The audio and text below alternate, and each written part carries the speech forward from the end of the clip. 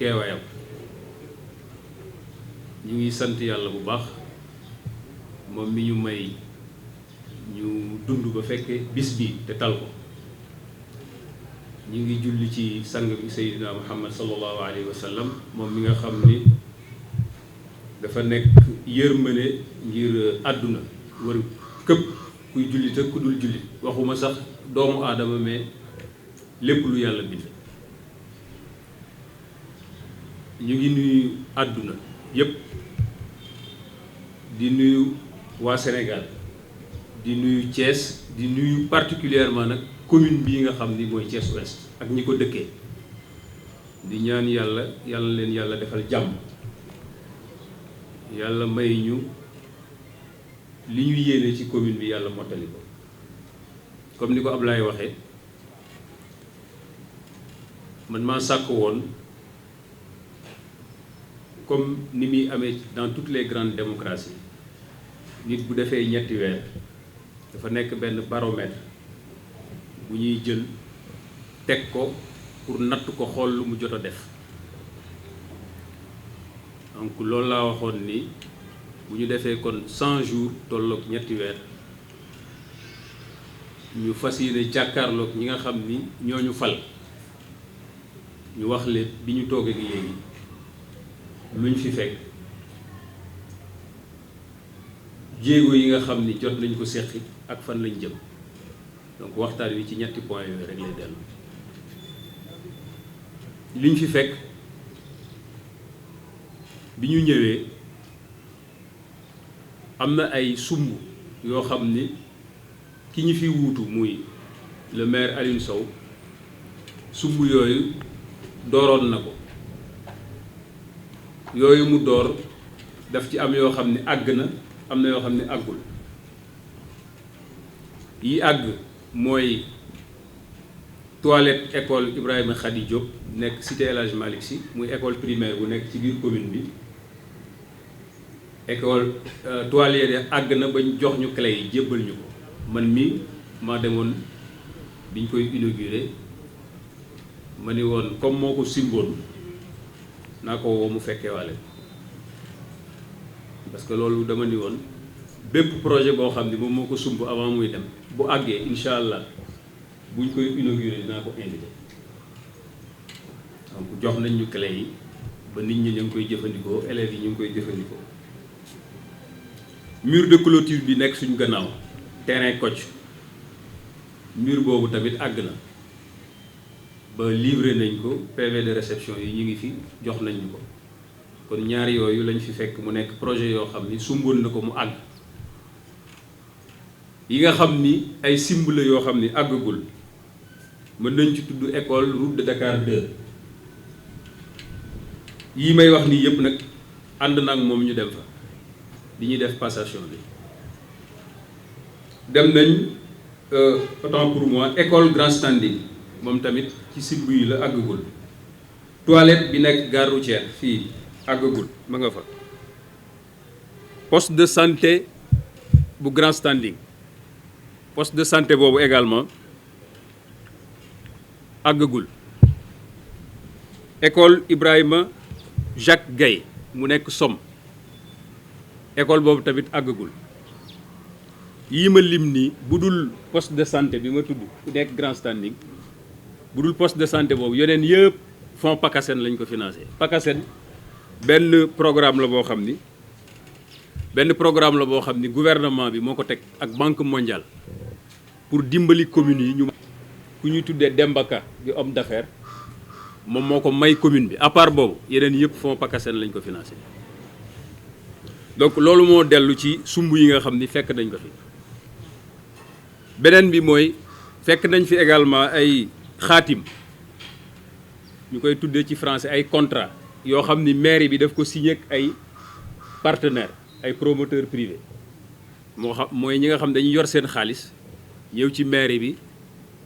lëkkaloog mairie bi ci ay projet réaliser projet yooyu ci seen xaalisu bopp projet yooyu wala xaatim yooyu mat na juróom ci yi ñu fi fekk bi ci njëkk mooy centre commercial bii nekk ci wetu gare routière bi centre commercial boobu promoteur bu ñuy tuddee Ndiaye et Baro ñoom ñoo ko yor, ñoom la ko mairie bi jox. foofu nag dinañ fa taxaw ci contrat boobu mooy li tax ñu fay taxaw mooy biñ ko signé ci convention bi ñu ngi ko signé le 29 août 2019 liggéey bi waroon nekk ci juróom benn weer mais bi ba ñuy jël ñun fonction le 16 février 2022 liggéey bi noppiwul. donc biñ ñëwee ñu waxtaan ci maag sama adjoint yi muy le bureau municipal biñ ci waxtaanee ñu ni kat li gën a yanu maanaa comme liggéey bi door nañ ko ba pare te am na fu mu toll nañu woo ki ko yor mayaat ko ab diir ni ko nga terminer liggéey ñu yóbbu ko conseil municipal voté ko ñu tegal commission bu ñu tuddee commission ad hoc ñu woo promoteur bi waxtaan ak moom ni ko may nañ la fukki weer pour nga terminer liggéey. donc loolu xaatim nañ ko kon incha allahu rabbi jàpp nañ ni fii ak fukki weer centre commercial bi dina pare, dina nekk ci loxo commune bi. mais beneen précision également mooy contrat boobu dafa am yu ci xaw a mën naa ko tudde noonu yu ci xaw a lëndëm li tax loolu mooy maanaam kenn xamul promoteur bi ñaata alal la ci def loolu la ñuy tuddee montage financier en français kenn xamu ko ci convention bi boo ko liiree doo gis fenn foo xam ni dañ naan nangami alal la ciy def doo gis fenn aussi fuñ ni cantine yi ndàngam lañ koy jaayee te loolu dafa bokk ci lii tax contrat mën a leer ku ko liir mën ci am yaakaar yooyu nag amu ci moo tax ñu waxtaan ak commission ad hoc bi ni leen xëy na wax ñaata la centre commercial bi jar ci xaalis xëy na weesu nañu mais cantine yi moom nañ fexe ba buñ koy joxe ci kàttanu borom bi ñu toog ak promoteur bi discuter ci prix yi bu ko defee prix yooyu ñu fixé ko ñu xam ko à l'avance donc loolu ñu ngi ciy liggéey muy prix wu cantine yi.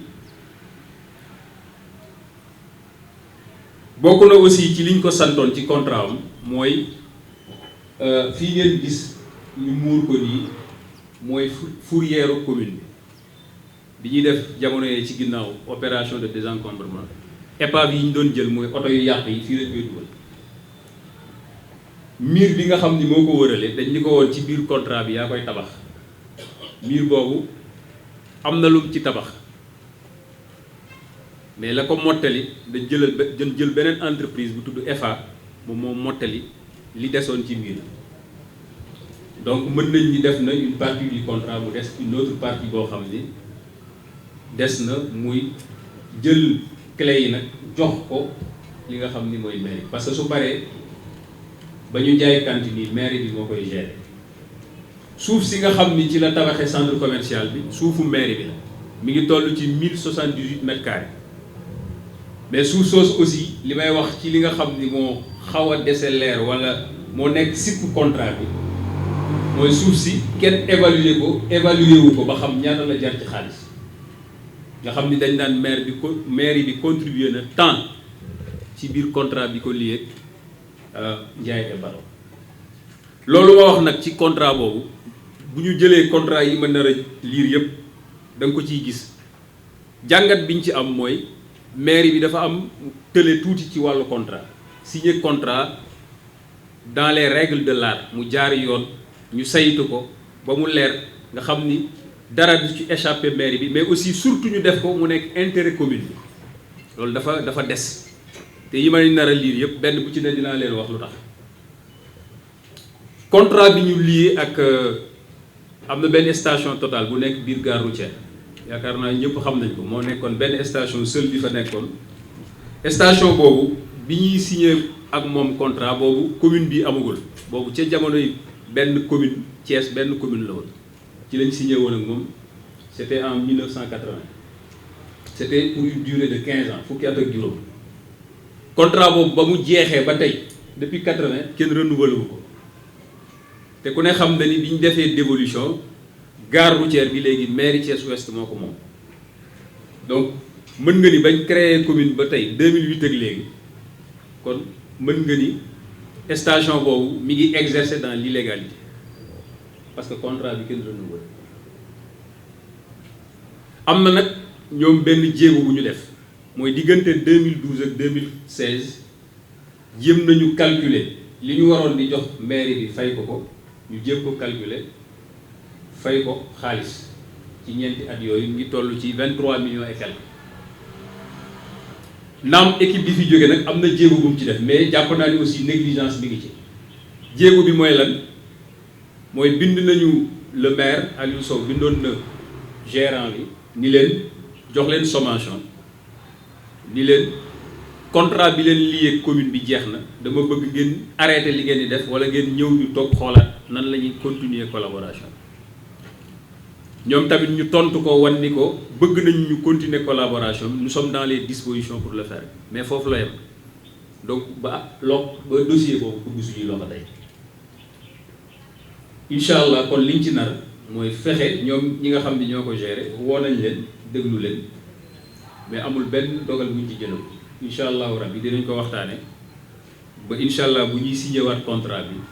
les intérêts de la commune seront préservés et défendus incha allah ci kàttanu borom. contrat wu construction pharmacie bi nekk Grand Thiès poste de santé bi nekk Grand Thiès am na pharmacie boo xam ne ma nga ca biir ñu koy tabax contrat boobu aussi promoteurs yi benn couple la boo xam ni ñoom ñoo signé woon ak mairie bi contrat boobu mais Descos dafa arrêté liggéey ba ginnaaw bi ñu leen dénoncé wax ni fi ñuy tabax xëy na waruñu fa tabax donc dossier boobu aussi mi ngi suñ table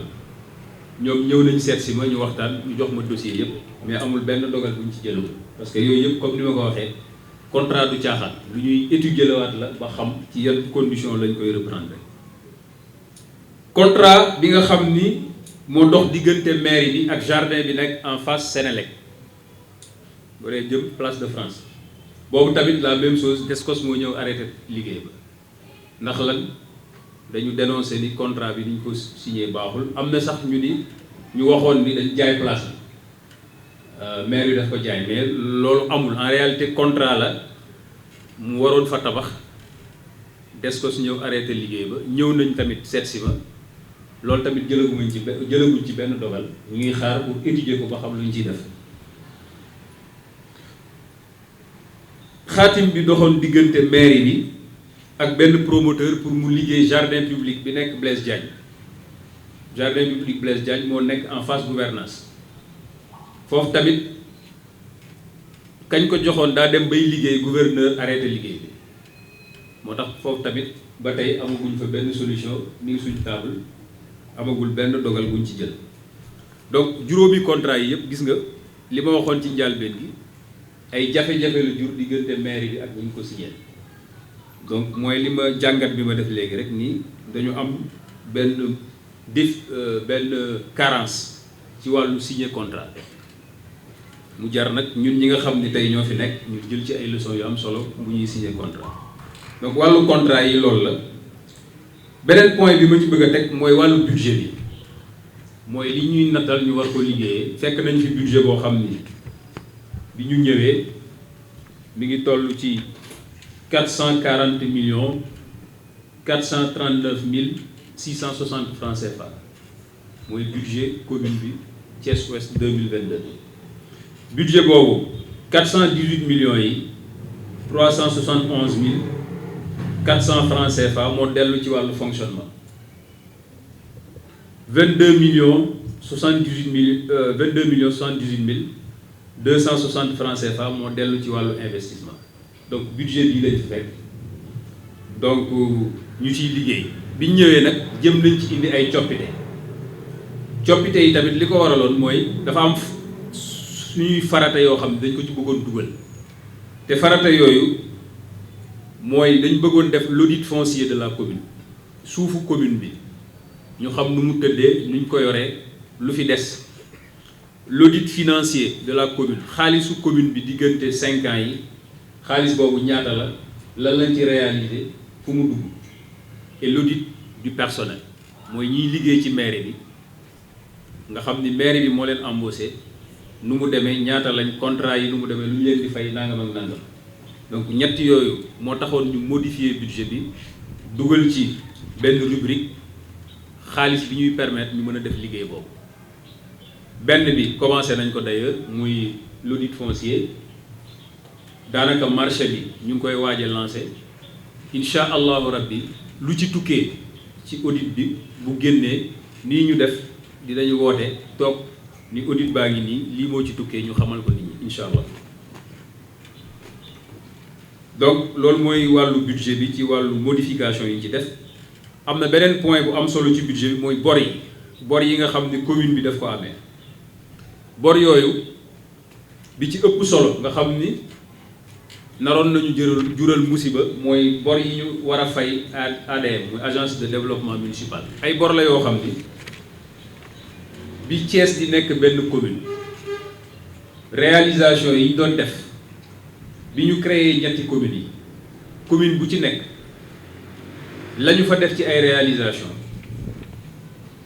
dañ ni la lu tolloog loolu ci bor da nga koy fay parce que bor la woñ bor bu ñu lebaloon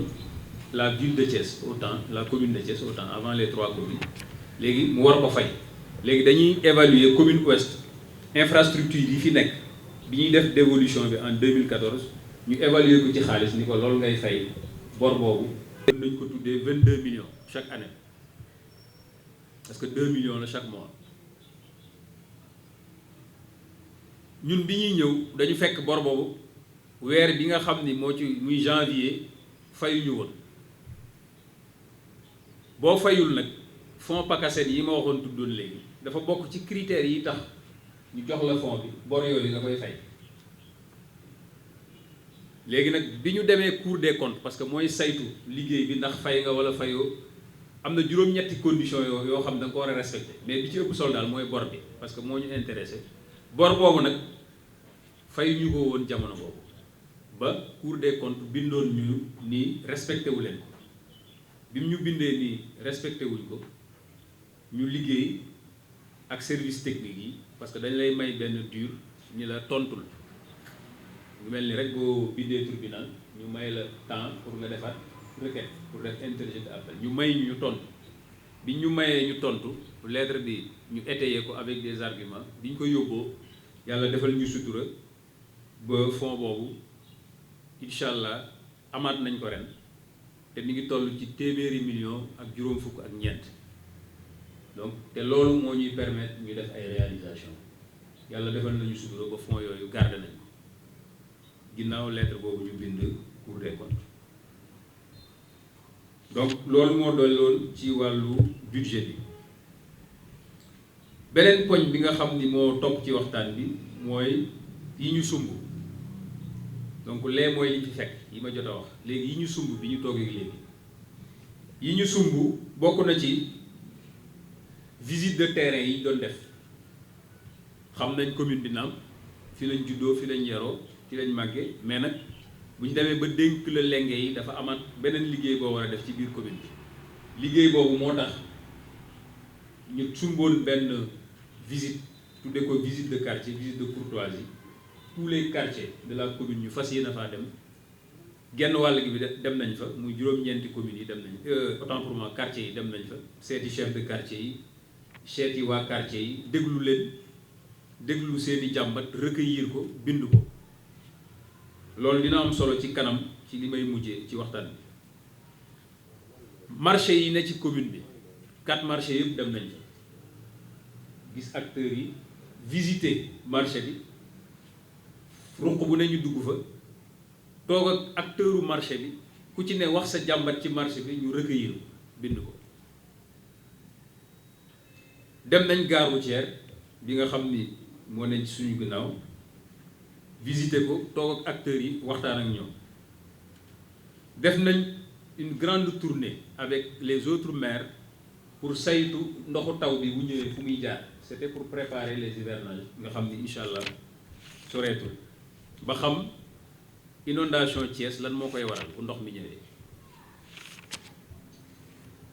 bokk na ci également li ñuy tuddee PTI muy programme triennal d'investissement maanaam benn document la boo xam ni ñetti at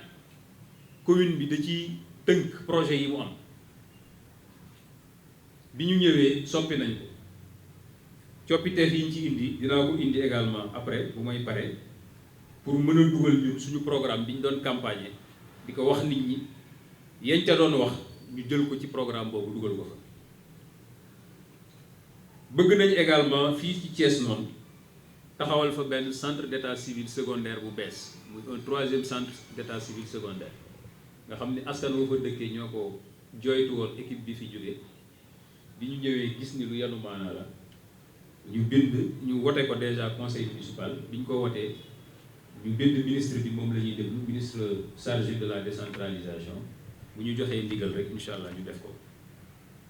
bokk na ci sumb yi également beneen centre d'état civil nga xam ni moom la ñu war a ubbi 10e am na bu fa nekk boo xam ni maire bi moo koy gérer mais c'est en location dañ ko louer waaye Union européenne nag ñoo financé centre boobu incha allahu rabbi barab bañ koy def buñ ko xasee ba déterminer liggéey boobu dina tàmbali. bokk na ci réalisation yi wala sumb yi ñu jot a def biñ fi toogee léegi ci wàllu ndimbalante bi feetu Pâques bi jotee jël nañ benn enveloppe bu mat 4,770,000 jagleel ko suñu mbokk chrétiens yi ñu dimbali ci lu mat 200 nit ak fanweer ak ñett mooy 233 personnes yoo xam ni ay enveloppe lañ ko def de 25,000 et de 50,000 dimbalee leen ko ci wàllu Pâques bi. kazalika noonu lañ def également bi koor gi teroo ñu dimbali suñu mbokk jullit yi ci enveloppe boo xam ni toll na ci fukki millions ak juróom muy 15 millions nga xam ni dimbali nañ ci lu mat junniy nit plus de 1000 personnes ñu jox leen ay saaku ceeb ak tàndarma gungee leen ko ci biir weeru koor gi. ci wàllu éclairage marché yi ne ci biir commune bi ñetti marché yépp muy Daaru Salaam en face musée, marché HLM Sofraco, marché Mbour 2 yooyu ñëpp def nañ fa ay lumières yoo xam ni nee nañ ba maire yi musee am ba tey musul am ay projecteurs yu leer nañ lañ leen defaral yoo xam ni bi ma demee marché Grand Thiès d'ailleurs nee nañ ma projecteurs yu mel noonu la ñu bëgg marché Grand Thiès te incha allah ña nga ca am na benn partie boo xam ni defal nañ leen ko ca muy toilette ya nga xam ni moo nekk marché Grand Thiès yu bees yi fexe nañ ba xëcc fa courant mottali liggéey ba fa desoon ba ñu ngi koy jëfandikoo toilette ba fa njëkkoon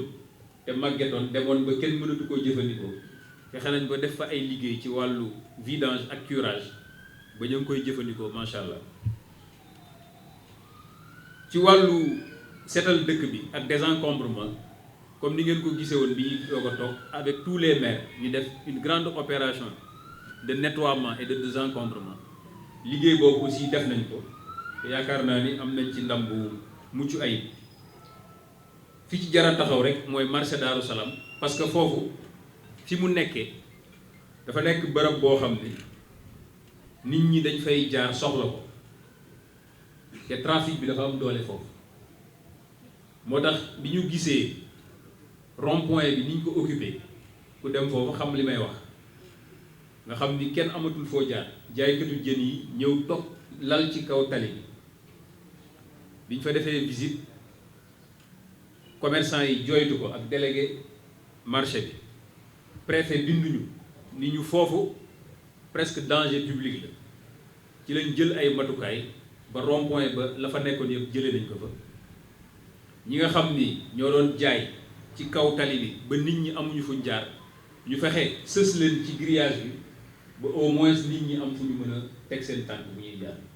jaaykatu jën yi nga xam ne dañu bàyyi seen place ci biir marché bi parce que boo duggee ci biir marché bi loolu moo leen njëkk a yëg mooy ay cantines yu ñu tëj def fa ay frigo kenn nekku fa donc biir marché bi dafa yaraax kenn nekku fa te ñi ci bari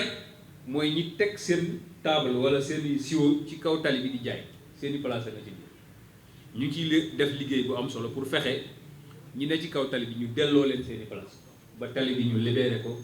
ba nit ñi mën a dox ci jàmm sécurité mën fa am yooyu daal mooy jéego yi nga xam ni jot nañ ko tegagul fi ñu jëm nag te moo ëpp solo parce que damay dégg sama kilifa Serigne Moustapha Sy muy wax ni li tax oto pare-brise bi gën a yaatu mooy dañ ni la li ci kanam moo ëpp solo di nga xool rétroviseur lu ndaw la di nga xool ci ginnaaw moo gën a ndaw seetu bi mooy wan ni certes c'est important mais li ci kanam moo ëpp solo moo tax pare-brise bi gën a yaatu rétroviseur moo tax nag ma bëgg li may wax nii fi ñu jëm ngeen bàyyi ci xel parce que yi may wax nii yëpp incha allahu rabbi ci 2022 bii lañ bëgg réaliser ci kattanu borom bi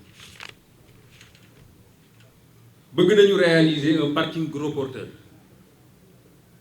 PTI bi ma waxoon léegi muy plan triennal d'investissement bi ma waxoon léegi te nga xam ni soppi nañ ko bi ñu koy soppi lii lañ ci bëggoon dugal nañ ko ci ba prévoir nañ ko ci ak enveloppe ba mu war a àndal parking gros porteur nag bu ma ko waxee ñëpp xam nañ ni Thiès surtout Thiès Ouest suñu problème yëpp mooy camions yi gaare ci buntu kër nit ñi ak ci mbedd yi di fa fanaan ba finalement sax mu nekk des lieux de débauche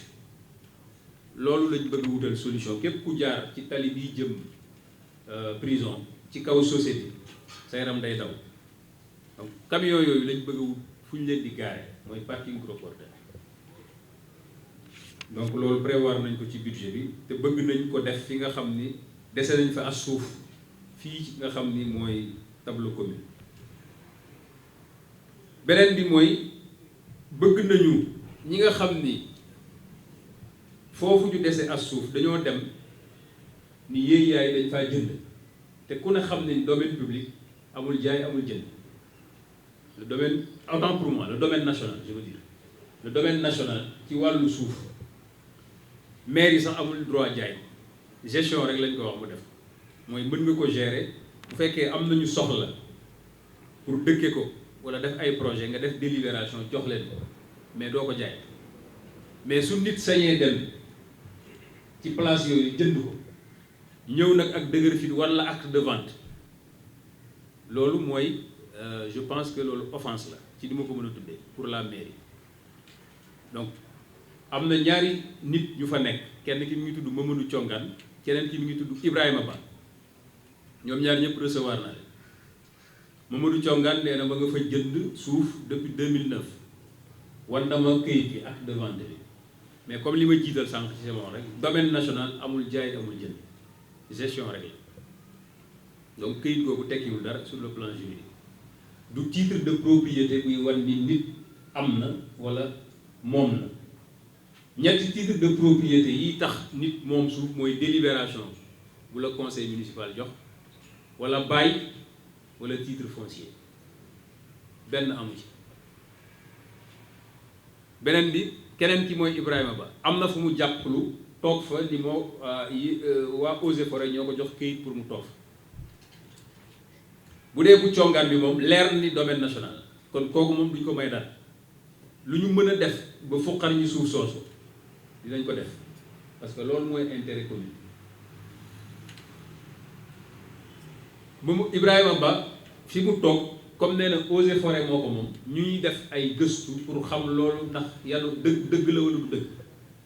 parce que bu dee Eaux et Forêts ñoo ko moom certainement forêt classée la war a doon classée la loolu moom suñu yoon nekk ci mais bu dee leer na ni domaine national la ni ñu fas yéene doxaleeg congaan noonu lañu fas yéene doxaleeg moom mooy domaine national collectivité territoriale moo koy gérer kon lu ñu mën a def ba jotaat ci suuf soosu projet yi ñu am ñu mën ko ci mottali dinañ ko def ci kàttanu borom beneen bi mooy problème mu mbuurkat ci wàllu suuf foofu je demande solennellement au président de la République Macky Sall déclassement moom la yàlla def mu tegu ci loxoom parce que déclassement décret ngay jël signé ko xaatim ko pour nga déclasser forêt ku ne xam na ni problème mu mbuurkat yamul commune ouest mais c'était un problème national j'allais dire même international ñëpp gis nañ ko mu ñëw fi am lu mu diggee woon la mu diggee woon boobu ba tey population yi ñu ngi xaar mooy décret bi nga xam ni mooy déclasser forêt bi ñu mën ko dugal ci domaine national nit ñi mën fa dëkk parce que ña ngi fay tabax déjà tabax yooyu moo indi woon problème yi bañ tëj ko maa ngi nii jàkkaarloog Jules Diémé bokkoon na ci ñi nga xam ni jàppoon nañ ko ci problème bi ba mu amoon ci problème loolu tey la Waalo gën a aay def nañ marche ñoom waa Mbourkat semaine passée ñëw ba ci mairie bi pour problème boobu ñu régler ko ñun nag en tant que autorité li ñu war mooy nekk aux côtés des populations pour que cette doléance là soit satisfaite le plus rapidement parce que mi ngi bëgg a durer te lu muy gën di durer peut-être irrégularité yi fa nit ñi di def di gën a yokk bu ko defee problème bi dina toll foo xam ni pour nga saafara ko day jafe mais foofu li ñu fay ñaan président mooy ñañ fa toj seeni kër nañu fexe ba joxaat leen seeni kër wala ñu jox leen ay parcelles foofa parce que yu mel noonu ñaare ñi am baat te am doole dañ ciy profité prox ndoll pour teg loxo suuf si donc néew di doole ya fa nekkoon dem tabax fa parce que amuñu fu ñu dëkk dem ba ci forêt classée bi parce que ñàkk pexe moo taxoon nag ñu dem dëkk fa ñooñu ngalawaay nañ leen recenser xam leen joxaat leen seeni suuf wala ñu jox leen parcelle foofu te ñun ñi nga xam ne ñooy mairie bi am ay projets yu ñu war a réaliser ñu jox ñu fa suuf soo xam ni projet yi ñu bëgg a réaliser parce que yi ñu bëgg a réaliser bari na ñu mën ko fa def incha allahu rabbi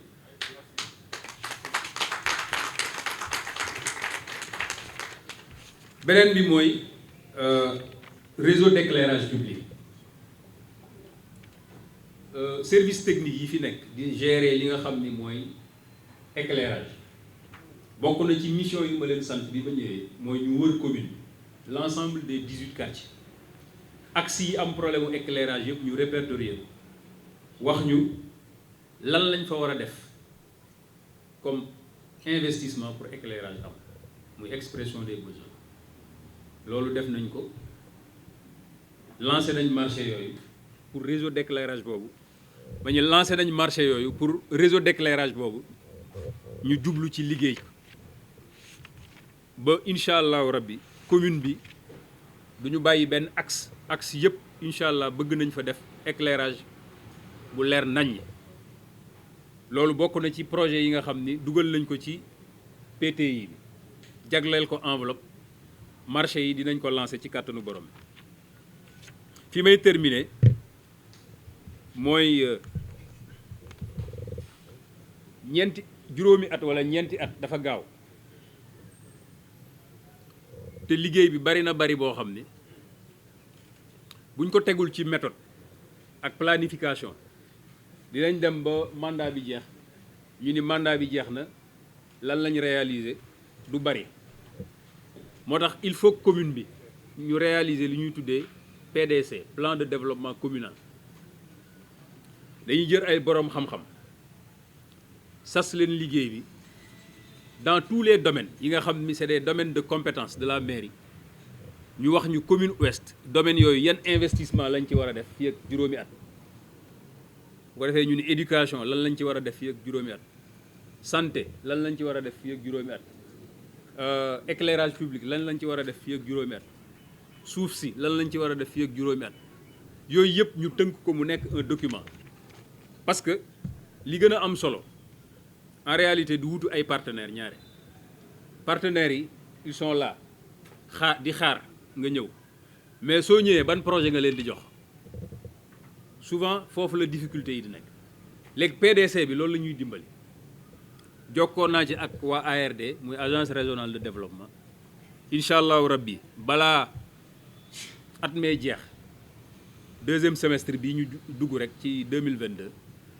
bëgg nañu modifier waat le budget prévoir ci enveloppe boo xam ni dañuy defar le plan de développement communal nga xam ni mooy tënk suñu liggéey ci juróomi at yi di ñëw incha allahu rabbi donc je pense loolu laa bëggoon terminer ok donc loolu laa bëggoon terminer mais bëgg naa def benn précision mooy ci jamono yi weesu déggoon ngeen sama coow ak commerçant yi ci foire bu ma autorisé woon fii ci Sofraco foire boobu li ma ci waxoon ba ma leen dalalee keroog bi préfet wootee tamit pour ñu trouver benn solution définitive sur les foires loolu lay waxaat mooy foire prérogative maire la moo koy jox autorisation bi donc sur le plan de la légalité je n'ai rien à me reprocher parce que tegu naa ci yoon defuma loo xam ni yoon tere na ko yoon moo ma ko jox. beneen bi mooy li taxoon ma def ko wax naa ko mooy nit ñi ñooy bëgg jamonoy fête seeni doom soxla doom yi macha allah te mënuñu jëndal ñëpp donc bu ñu amee fu yomb foo xam ni dinañ fa mën a jëndee loolu day nekk seen arrangement seen bénéfice ba ñuy def di ko signé tamit loolu tax rek moo taxoon ñu signé mais yàlla def na sutura ginnaaw ay jàmm waxtaan nañ ba juboo ba foire ba weesu na ci jàmm la ma leen waxoon ni dinañ daje nag bu ñu weesoo loolu ak tous les maires ñu toog avec le préfet ñu waxtaane maintenant désormais foire yi ci yan règle lañ koy tënk loolu am na ba la ñu dëppoo léegi mooy diggante korité ba tabaski du ñu def foire à part foire artisanale wala foire de promotion des produits locaux kooku moom durant toute l'année mën nañ ko organiser à part